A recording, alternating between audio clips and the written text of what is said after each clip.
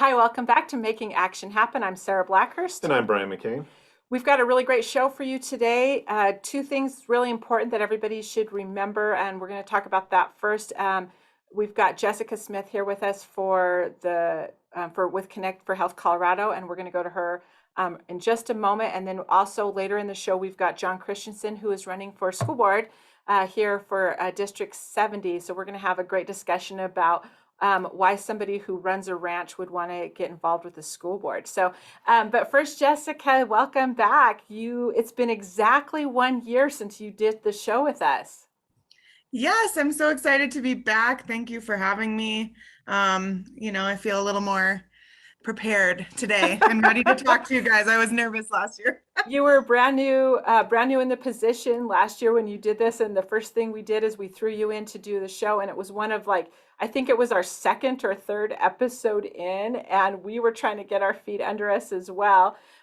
But you come with Connect for Health Colorado. So just really quick, will you tell everybody a little bit about Connect for Health Colorado, what you guys do, but also just a shout out because you've got some important stuff coming up right away. So start with that, would you? Yeah, happy to. So again, my name is Jessica Smith. I am the Community Partnership and Outreach Manager at Connect for Health Colorado. First and foremost, I want to mention that we have expanded this position this year to add somebody who does the work I do, community partnership and outreach in your area, because we value that part of the state. We know that you guys need representation down there.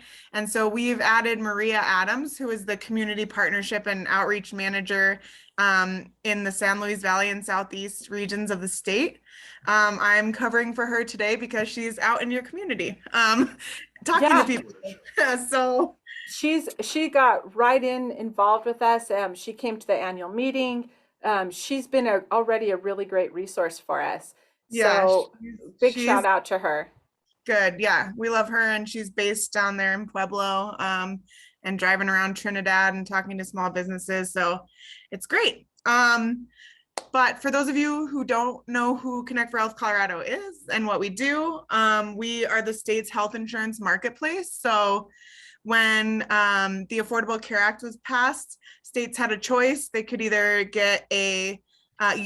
create a state-based marketplace or use the federal marketplace. And Colorado was like, yeah, as well as the federal government seems to run things, let's make our own. Let's create our own in the state. So that is Connect for Health Colorado. And we are here to help folks who don't qualify for state programs like Medicaid and don't get insurance from an employer find affordable health insurance. So the way we do that is through tax credits. And basically, when you come to our website, you will find out if you qualify for financial help. And when you find out that you do, it just kind of automatically comes off of your premium every month. So if you go on and you qualify for $200 a month and you find a plan that you like that's $300 a month, that $200 will just fall off and you'll be responsible for the $100 that's left over. And a cool thing about this year in particular is the American Rescue Plan was passed back in March. And it part of that bill significantly increased the amount of financial help provided through the exchange. And it actually provides more in rural areas because it takes into account that there's less plans available. So we're seeing folks in rural areas paying 3 out of 4 folks paying as low as $20 a month. Yeah, we saw that. So tell us a little bit about specifically how that works. So it's again those same tax credits. So they just increase the amount of tax credits available. But they included in the equation of who gets, more money. They added into that how many plans are available in your area. Okay. And so the rural areas have less plans, unfortunately. Like in Denver, where I'm based, we have I think we have 16. We have a large number of carriers and a lot of plans, like upwards of 200. But Then you go somewhere like Jackson County, which I know is not in your areas, but I'm using that as an example because Sure. they only have one carrier. Right. And so Jackson is seeing a lot more financial help Because they only going have the to one its carrier. residents, yes, than someone in Denver would see. So when they were looking at who's going to get those more tax credits, they took into account how many plans are available in your area. So you put your zip code in when you calculate how much financial help you get, and those in those rural areas are going to have more financial help available. So I'll just say it from personally, we did this because my husband's a teacher, and it was looking at that before we even started, before we even got care with the deductibles and everything, it was going to be 25% of our annual household income.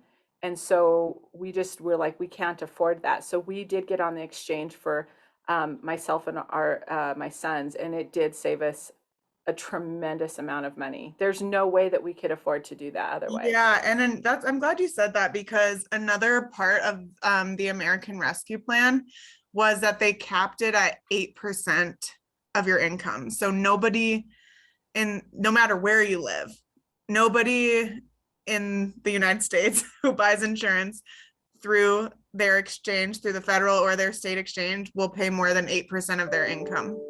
That's incredible. So let me ask you, if somebody's already on the exchange, should they relook Yes. at that now? Can you Yes, talk about that? absolutely. Uh-huh.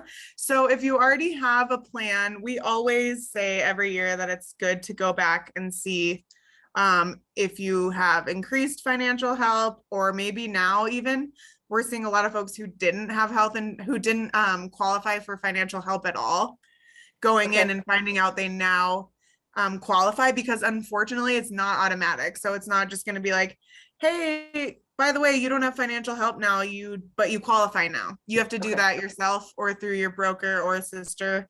And so we recommend that every single person on exchange now who buys plans from us now to go back in and see what they qualify again Okay.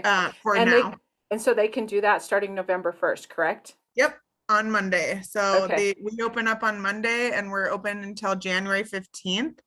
Another thing I'll point out is we, as part of the Affordable Care Act, we are required to provide free help with enrollment. So if you're like me and I work for the exchange and I still, like, they show me my plan and I'm like, what is a PPO? I'm so confused.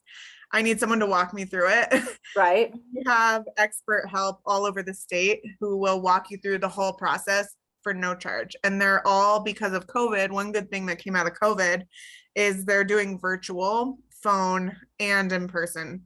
So if Right. you live in a rural area where, Pueblo is your closest, certified expert, but you live in Trinidad, say, or, you can call them and they'll walk you through the whole process on the phone or virtual if you're tech savvy enough and want to do like what we're doing right now and do it on camera. They have all those options. So when you go to our website, which is www.connectforhealthco.com, there's a tab at the top that says we can help, and you click that and you put in your zip code, and then you can just call the nearest site near you and they can kind of walk you through everything and explain everything to you. Yeah. So it's really important when you look it up, for those of you who are listening, and we'll put this out in email as well. When you go to do that, there's a lot of other things that pop up when you try to go and search for Connect for Health Colorado. So be very careful, because I clicked on something and then my phone started immediately blowing up and texts and all of that, because I made the mistake of clicking on the thing that came up first. Yeah, I don't know if it's still like that. I know our comms team was working with, I don't know who you work with to do that because that's not my wheelhouse, but Yeah. whoever you work with to make sure we're at the top. But the way you'll know it's our website is it's www.connectforhealthco.com. Anything else, do not click, because you're right. They will start calling you and spamming you. Yeah, big time, big time. So since we last met a year ago, how many additional people have you helped in the Action 22 footprint? I am pulling that up right now. So In your area, there are financially assisted, there's 10,003 enrollments. So that's financially assisted means they're getting those tax credits. Non-financially assisted, there's about 2,100. So in total, there's about 12,100 in your areas right now. So 12,000 is a lot for our area. Yeah, So it is. And that's a big San deal. Luis Valley and Southeast. Yep. Perfect. And then, it's also important to note we work with the Colorado Health Foundation, and they give us a number that we call EBNE, and it's called eligible but not enrolled. And in your area, there are 7,126 people who are eligible for either Medicaid or Connect for Health Colorado and not enrolled in any health insurance at all. Okay. So that's why we're here. We want So to. 7,000. So there's 7,000 people that need the help. They just don't know that they can get it. Yes, they don't know they qualify or they don't know how. And that they actually probably could afford that. So yeah, and we run into that a lot. It's like, okay, well, private health insurance, I'm not going to be able to afford it, and we are like, no, come look through the exchange, and especially now because of the American Rescue Plan, there's so much more financial help available. And it's like, let the government pay, man. let them help you out. Their help's available, so get it. Right. So to wrap this all up, November 1st is open enrollment. It goes November 1st till when? January 15th. So November 1st to January 15th. If you're one of the 7,000 people who still need some health insurance in the Action 22 footprint, go to connectforhealthco.com and make sure that that's where you're at before you click on anything, because you'll get your phone. Trust me, I made the mistake. It'll blow up. And then if you are already on the exchange, this is the time to check to see if you can get even more savings or more coverage depending on the situation that you're in. I have to tell you one more thing actually that I forgot to mention. Okay. So speaking of those tax credits, I was able to pull up what the average tax credit is in your region.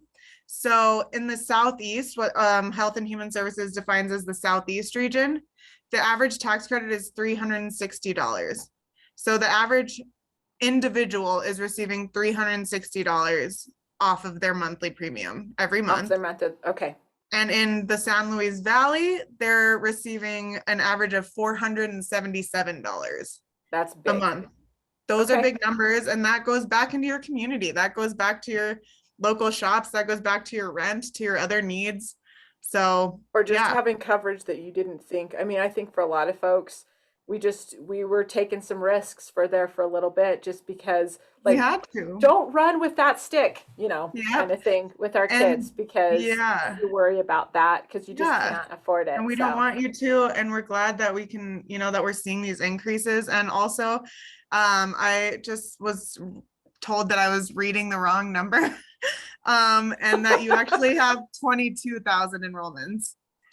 We have 22,000 enrollments. Yeah, between the Southeast region and the San Luis Valley. You have 21,000 in the Southeast region and about 2,000 in the San Luis Valley. And those are people who are receiving financial help.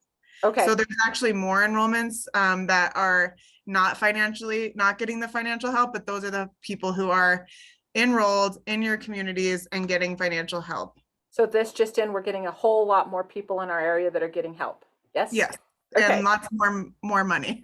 Okay, great. In savings. Yeah. So that's kind of what I wanted to share.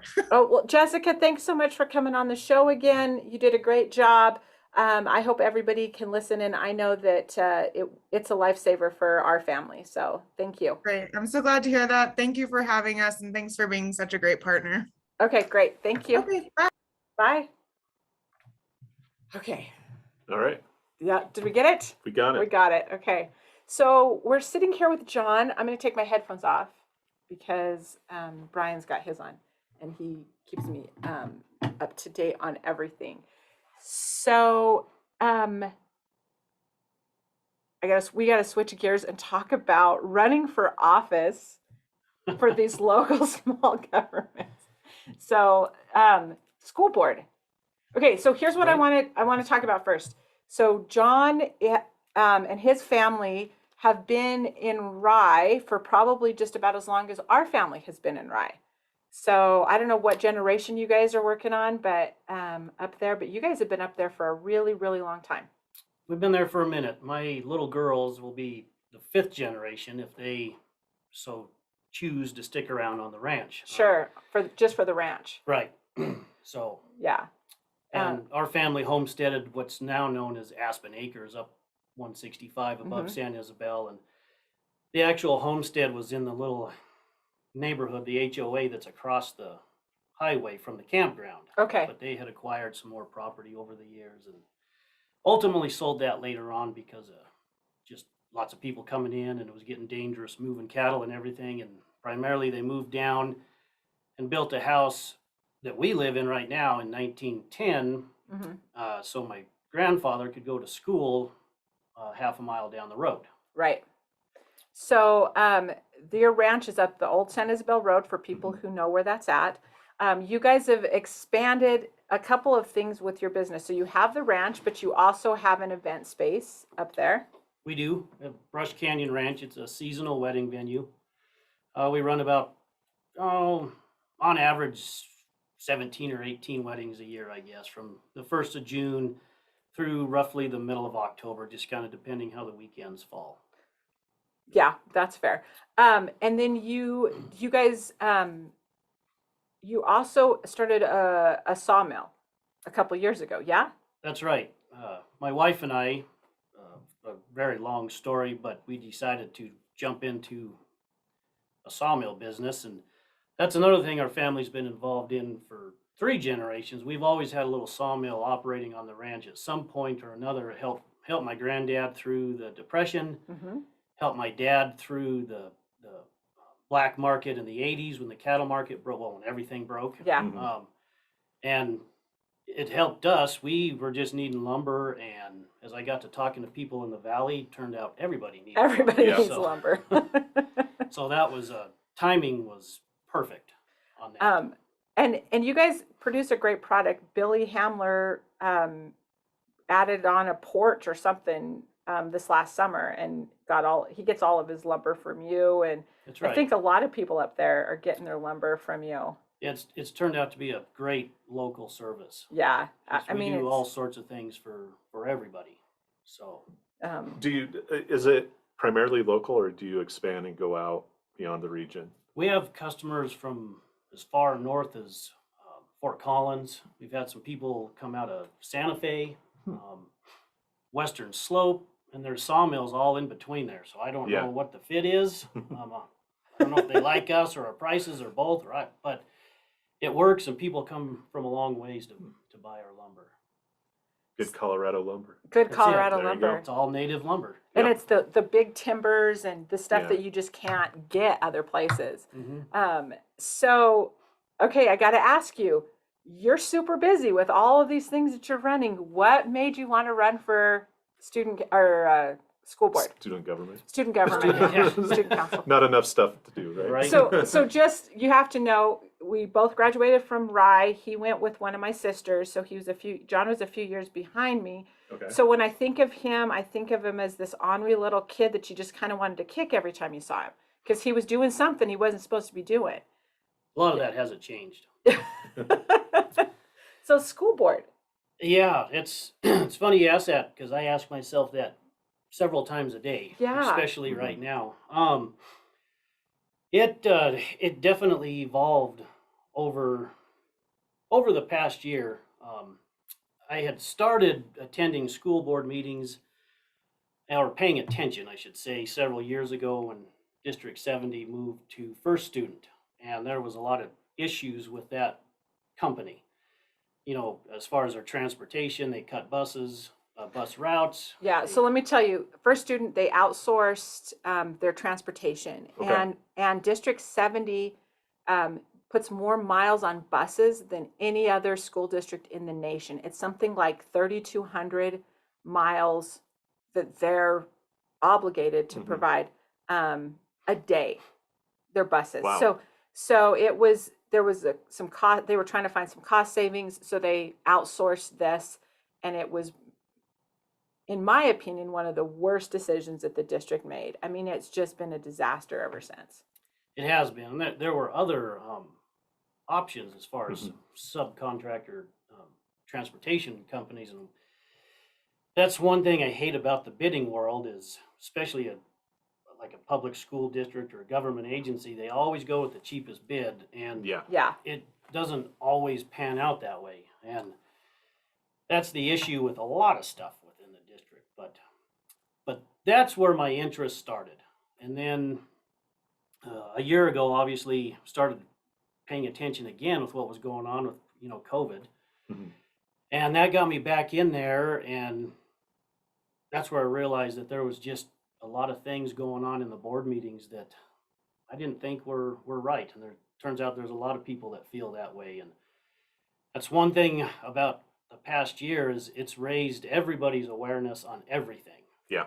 So there's a lot of people that think some of these new, because we've got more school board candidates now than maybe ever. There's 12, I believe. Wow. And Are there really? Yeah, Mhm. there's a lot. including the incumbents. But, Oh, yeah. But still, it's a lot. Nobody has really ever paid attention to the school board, including me. So I'm as guilty as anybody on complacency over what's been going on. And so a big argument I've been fighting here personally is, oh, you're all about no masks and you're all about this and that, the other. And well, no, I'm not. That's really not why I decided to run for the board. That's just what caught my attention. That's what got me there. And I've learned about all this other stuff going on. COVID is a big deal, but for what I see with our district, it's just a hurdle right now. We need to get through that so we can address the bigger ticket issues. But I think a lot of these races coming up, more so the local ones, it's interesting because COVID was the catalyst to get people involved. It's like when they started to, like you said, pay attention to it. So you're seeing more and more candidates for, city council, all the way to like comptroller, to dog catcher and stuff based on this. And I think it was one thing, and I've heard people say this before, that COVID has done, kind of one of the silver linings, is that people are actually paying attention now to this stuff and on the local Absolutely. level. And I've always said it that, when you think running for office, you think like senator, congressman, governor, or whatever. But I've always said, no, it's the local elections. It's the school board elections, the water board or water district, metro district, county commissioner, city council. And again, a result of COVID, you see like way more candidates running because they are paying attention. You couldn't have said it better myself. That's Yeah. exactly right. Yeah, a lot of the local decisions that have been made through the past year and a half, I think, have impacted people. And that's what made them realize, like, hey, this is a local thing and it's affected me this way. How do I get involved? Mm-hmm. Yeah, 100%. Yeah. And you just define me to a T on why I'm sitting here. Because I'll tell you, I've told several people this, that I really don't want to run for the school board. I don't necessarily want to be on the school board. I kind of feel like I need to be. It's there's some really good candidates, some strong potential there, and we didn't have anybody stepping up for our director seat 5 within the district. And I've got tired of going to the board meetings and griping, and everything falls on a deaf ear. Mhm. And so I just shut up and decided that it was time to step up, and ultimately that's why I decided to run for the school board. So aside from masks, what are some of the things that were like, I've got it, is making you say, I've got to run, I've got to do this? Give us an example. Without mentioning any names, it's a small town, right? So there's a lot of the faculty that are close friends of mine outside of the school, and Mhm. I got to talking to these people off record, off duty, Yeah. and I hear stories of the way that teachers were spoke to behind closed doors, and threats coming down the pipeline if they didn't do this, and you have to act this way, and I better not see your name on this petition that pertains to XYZ, because that's not what the district is about. Well, how do you expect our teachers to do their job if they don't feel like they can do their job? Yeah. And that ultimately, and one of them was a very close friend of mine that I grew up with, and she told me a few stories about some current administrators, and I just kind of took it personal. I really dislike abuse of power. I don't like bullying. I don't like chauvinistic men or anybody for that matter. And Right. all these stories pertain to all that. And you know, on the level of professionalism, it shouldn't happen, let alone, talking to some of these women teachers like that. Yeah. Or any teacher, but especially the women teachers. That was probably number one right there, because we lost a lot of teachers last year. We did lose a lot of teachers last year. Hold on a second. We lost a lot of teachers. We lost a lot of really good people who had come back to their own community. And small town people tend to be very protective of each other, and so I get that. But there was a lot of other of our teachers that were really pushed to the brink. Mm-hmm. They really looked at this and said, I don't even think we want to do this anymore. Like they were starting to draw a line in the sand. Like, if it gets to this point, I'm out. Mm-hmm. And you heard that over and over again, or just the stress that was put on them. And I think one of the things, I love that you say that, because so often when some of these decisions are made, the people that are on the front lines, we talk about frontline workers, and what's going on with them. Teachers are frontline workers. Yeah. Big time. 100%. Big Yeah. time. 100%. That's, it's a group of people that we trust our children with for 150, 60 days out of the year, Yeah. all day. Yeah. And, we've got administrators driving vehicles that are worth twice what a teacher makes in a year. Yep. Yeah. So There's something wrong with that. things are out of balance. Yeah. And I think also it's hard to swallow that when you look in the classroom and see what's needed. And we have a lot of kids that come up there that have are diverse learners, and we need parapros. We need all of those things. It's really hard to wrap your brain around who's being served. It is. That's the hard part. We're gonna come back. We're gonna be with John here after the break, and we're gonna talk a little bit about what some of his visions are of what he thinks he could actually get done on this very local level, and what he's learned in the process of running for office for the first time ever. We'll be right back. Stick with us. Hi, we're back. We're sitting here with John Christenson, who is running for office for the first time in his life, has no political aspirations, but just saw that he needed to weigh in. He saw a few things he didn't like, and so he's going to weigh in. And we're seeing so much of this happening with so many people. And like Brian said a few minutes ago, we're seeing this on all the local level. We sort of love that this is the trend that's happening right now, but I'm always curious as to why somebody would jump in and why they would jump in at this point in the game.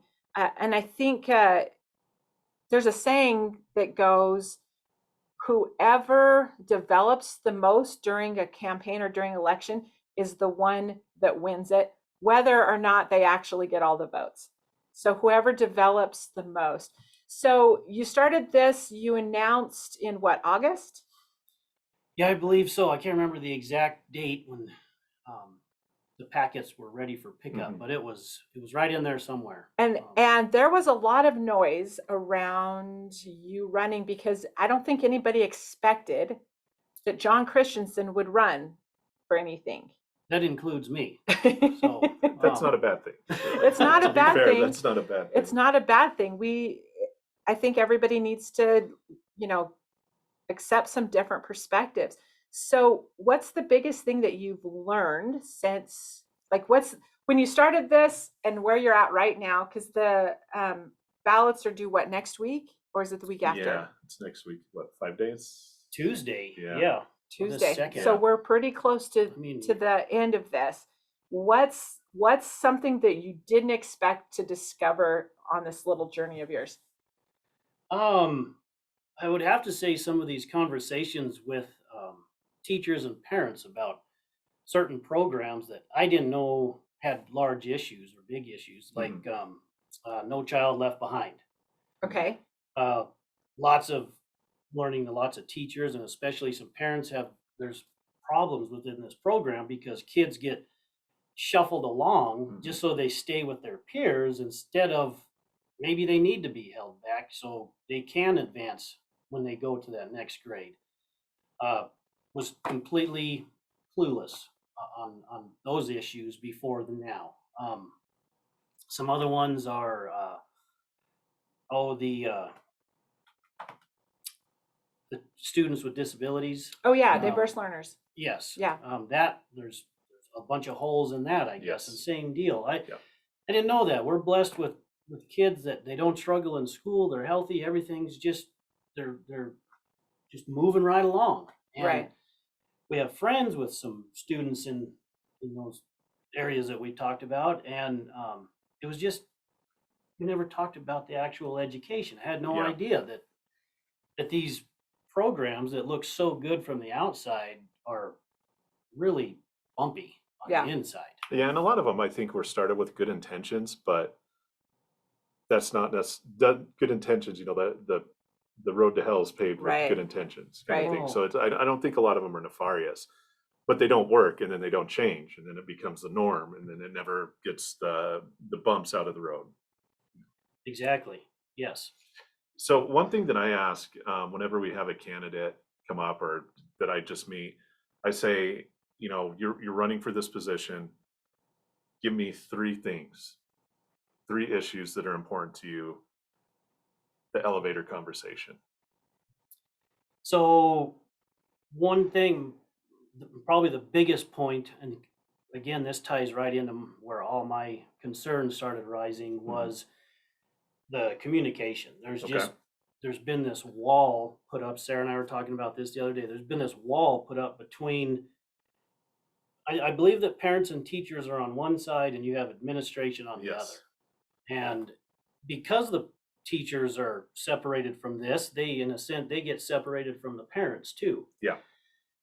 And so that would be number one, is to blow that wide open with the Communication. Board of Education, the faculty, and the administration. And I think that's probably the biggest job of the board member Mhm.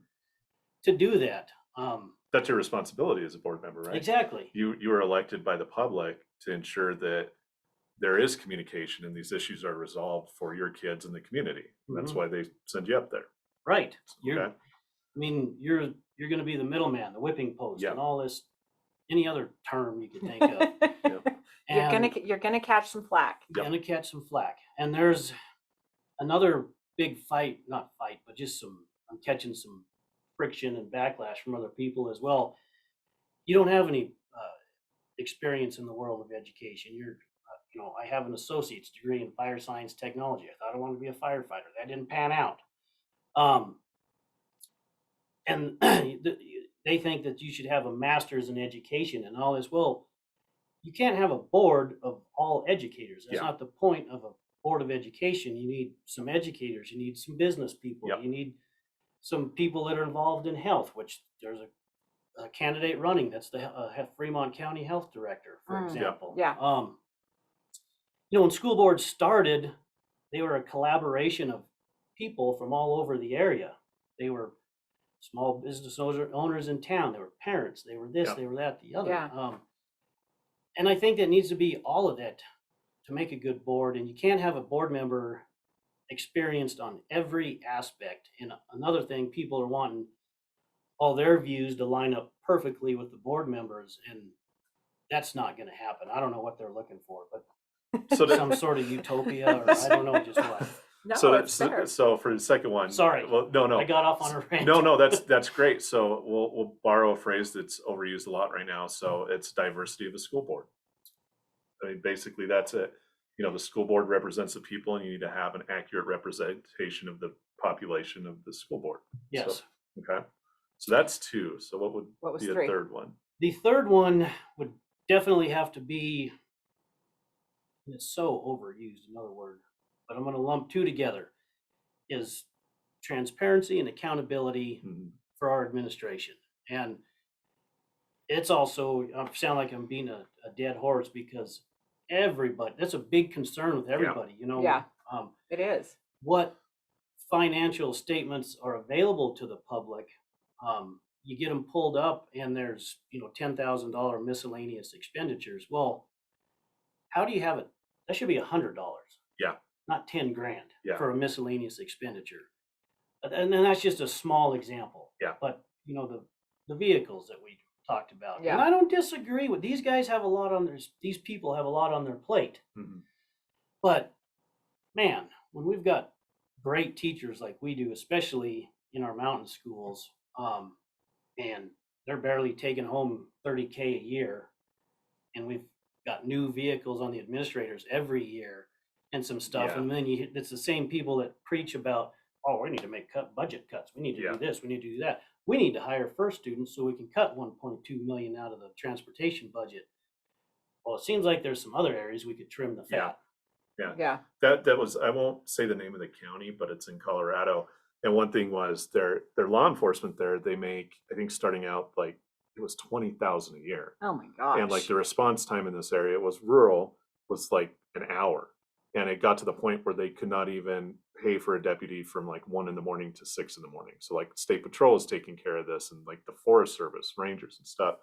But it was really interesting because the sheriff there came up and he went in front of the county commissioners. He was like, we just need like a salary of 28,000 a year to hire another deputy, right? And they said no.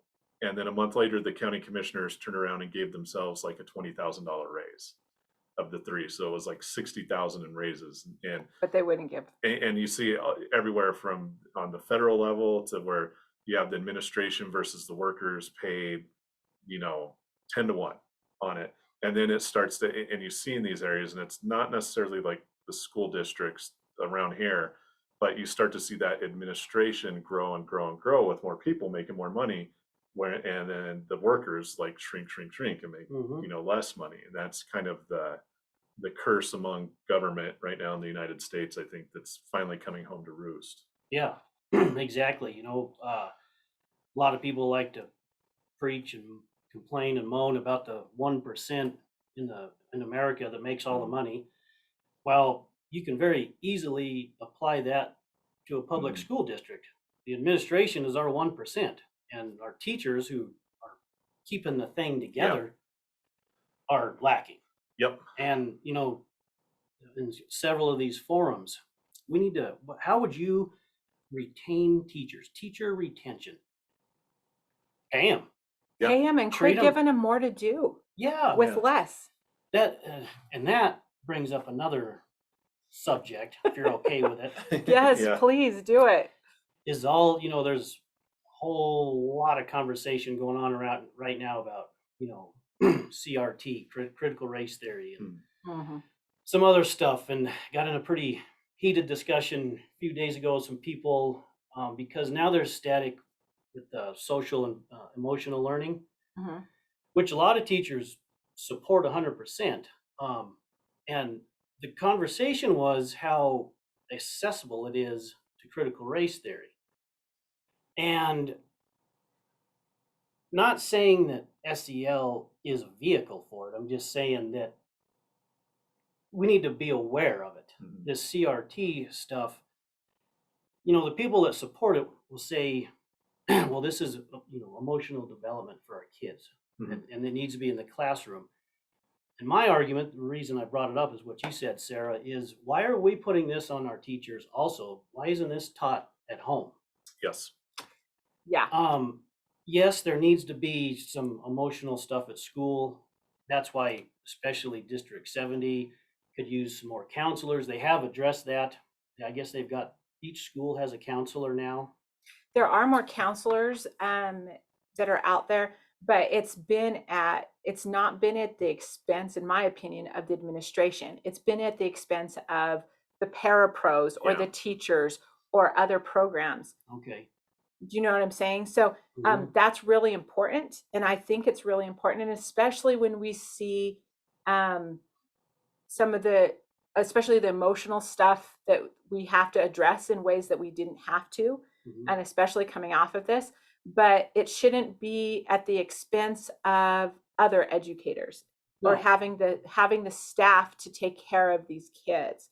So that's the problem I have with that. And I don't think it's if they want to do that, then bring on the staff, because what you're doing is you're burning out these teachers. How do you retain teachers? Quit burning them out. Quit giving them more stuff to do. If you're going to add something to their plate, ask them if that's actually what's needed, or what do they need to do that. And I don't see those conversations happening. And it's, my husband's a teacher, so we have this conversation a lot.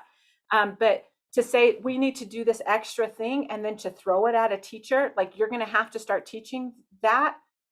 Let them do their job without adding more to their plate, because you're there at some point there is a breaking point. Exactly. And they'll quit. Exactly. They'll quit. They'll quit. Yeah. They'll quit because And they are. Yeah, they are. And we've even had that discussion. You know? Yeah, and that was all my point was in that conversation a few days ago with this group of people was you can't expect the teachers to take that on too, this emotional development of the kids. No. It just, especially in a specified program. I mean, SEL is approved curriculum, with the state. So any good teacher is going to emotionally help a kid as much as they can. Oh, and you know that they are. But to add that to it, it just, and I was telling these people, I'm not saying get rid of it.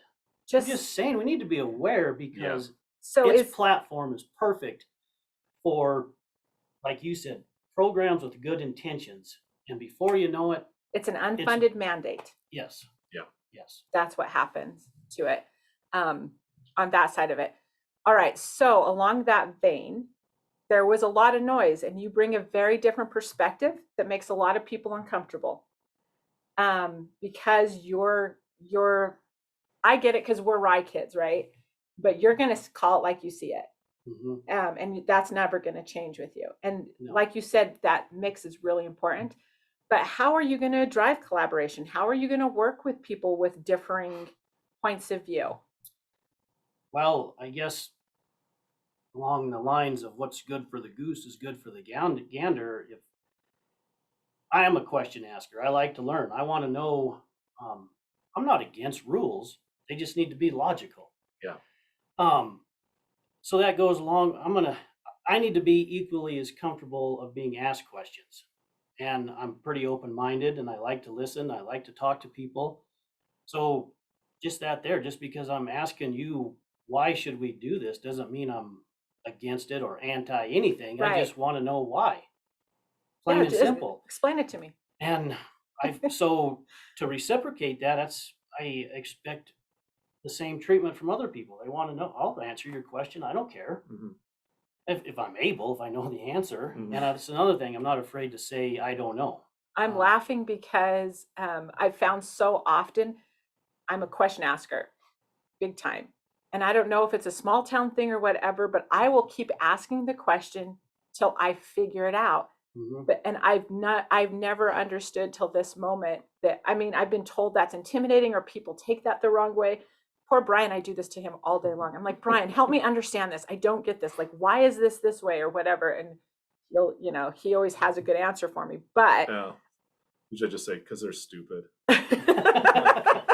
Sometimes he They're does just say dumb. that. Don't worry about it. He's one of the few people that can get away with the "don't worry about it" with me, because I've been down that rabbit hole. But that's, I think, I don't know why that's intimidating, but I think that's something that we have to work on, is really genuinely trying to figure out what somebody else's perspective is. So yeah, it's gonna be tough for you. If you win, that's gonna be the thing that's gonna be hard for you. Yeah, I'm already seeing that a little bit, getting a little taste of it from people, and it is what it is. And one of my favorite quotes is, "If you're making everybody happy, you're doing something wrong." Yep. And I was joking about a utopia earlier, but funny, not funny, there's a lot of people that would like that, and most people realize that they don't exist. This world was designed on civil disagreements, and sometimes heated disagreements. It's just when you're passionate about something, it's hard to keep the emotions at bay. And I'm one of those people. I like to ask questions.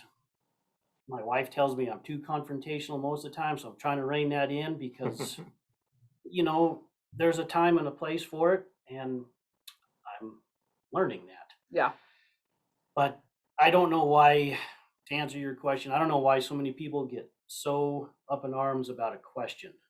I know when I get defensive about it, it's because something's not right with what I'm about to answer. Either I know I'm wrong or it doesn't fit or something. And that's why I get defensive. So when somebody gets defensive, when I ask a question, I kind of look at it the same way, like, well, what are you hiding?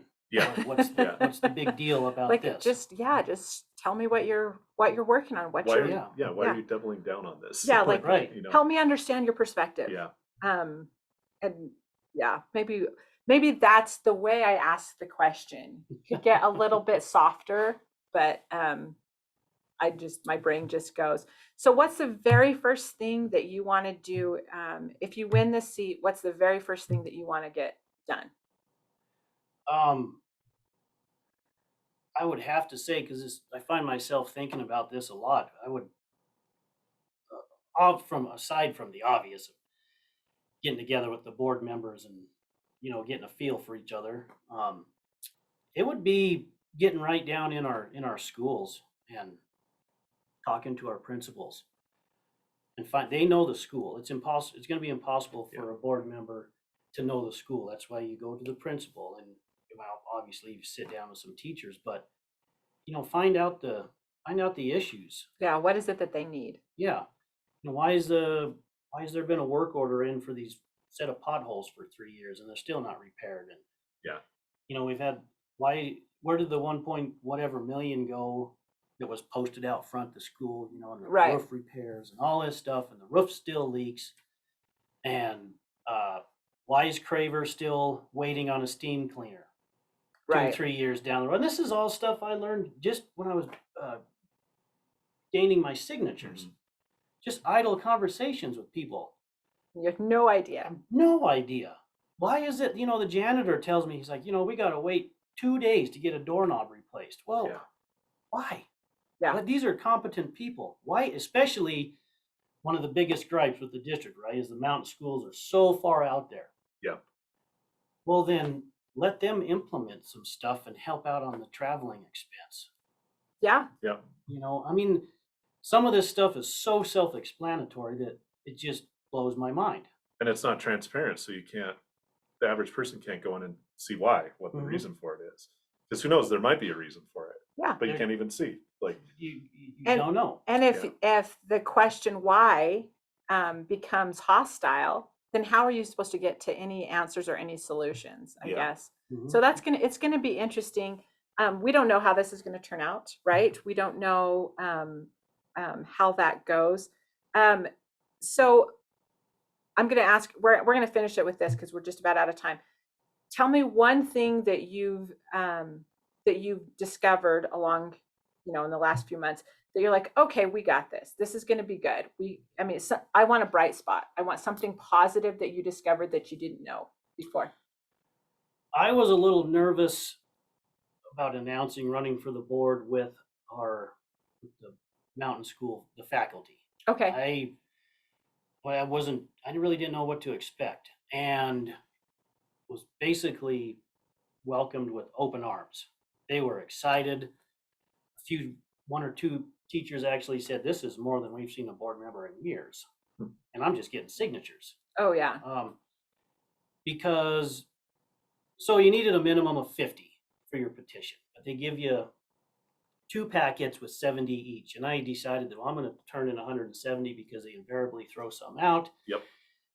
And the first 65 or 7 signatures were all faculty because, and that was intentional, because aside from the kids, I'm not going to sit here and preach to you about I'm here for the kids. That's obvious, because you'd have to be certifiably insane to run for the school board if it wasn't for the kids. Right. Well, teachers are a close second, I guess, or equal to. I'm not sure quite where to put that, but I wanted that on the forefront, and I hope that it they noticed that in there. The whole first packet was all teachers. That's who needs our support. Yeah. Because if you got the teachers where they feel good, then they can build that They're gonna- platform for the kids. Yeah, they're going to do a better job of serving the kids. So that was pretty unexpected. Yeah, That's awesome. And so I feel pretty good about that. I love it. I love it. Well, that's all the time we've got. We've got a lot of discussions coming down the pike in the next few weeks with what we're seeing in preparation for the legislative session that's coming up. We know that there's going to be we're going to have to stand up and make our voices heard and be really strong on a lot of issues coming up. If you're not already a member of Action 22, you need to be, and now is the time to join. If you're interested in doing that, just or email us at show@action22.org, and we will tell you how you can be involved and immediately expand your influence and strengthen our collective voice. We'll see you guys next week.